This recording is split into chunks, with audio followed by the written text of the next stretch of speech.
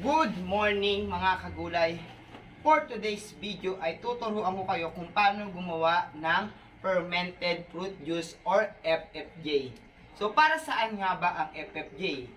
Ang FFJ ay nakakatulong upang mapalago or maboost yung mga tanim natin. Ito ay maganda sa mga leafy vegetable. So ano nga ba yung mga kailangan natin? So kailangan natin syempre ng saging or kahit anong mga prutas na matamis. So, meron din tayong molasses. At meron tayong itong lagayan na ating gagawin. Sangkalan, kutsilyo. At kailangan din natin ng Manila paper, ballpen at marker at packaging tape or masking tape. So, dito natin ilalagay kung kailan nga ba siya pwede i-harvest or kailan siya ginawa. So, simulan na natin. Ano nga ba yung unang step? So, ang unang step natin ay kukunin natin yung laman ng saging. Kukunin natin yung laman ng saging. So, mas maliit yung hiwa, mas maganda. Kasi mas mabilis natin may extract yung juice niya.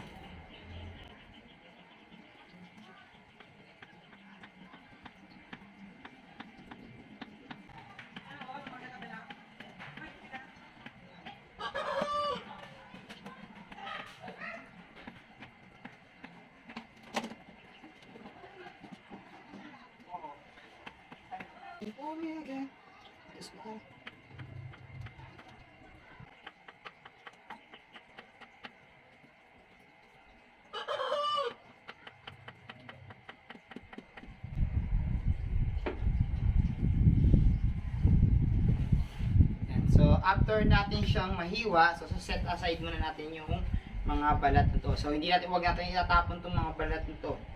Ito ay magagamit pa natin sa mga plant natin. Pwede natin siyang ilagay para maging compost o pataba natin sa halaman. So, after natin siyang mahiwa, so heto na yung mga nahiwa nating saging. So, yan.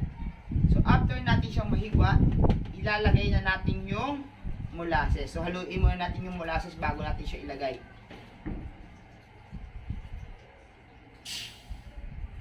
So, dahan-dahan lang kayo sa pagbukas ng molasses. Kasi pag minsan, meron siyang pressure. So, pwede natin amoyin.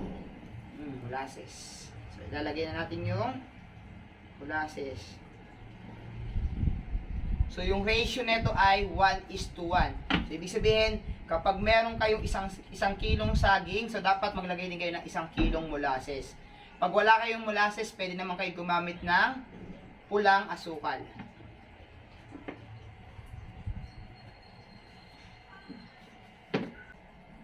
So, habang nilalagay natin, mas maganda, haluin natin siya o durugin natin.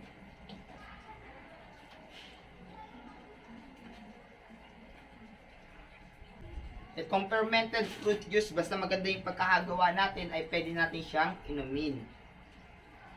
So, after natin ilagay yung molasses sa kanya, so babalutan natin siya ng Manila paper yung pinakataas niya para magiging cover niya bago natin siya ilagay sa ating storage. So, mas maganda pag gumamit tayo ng pops.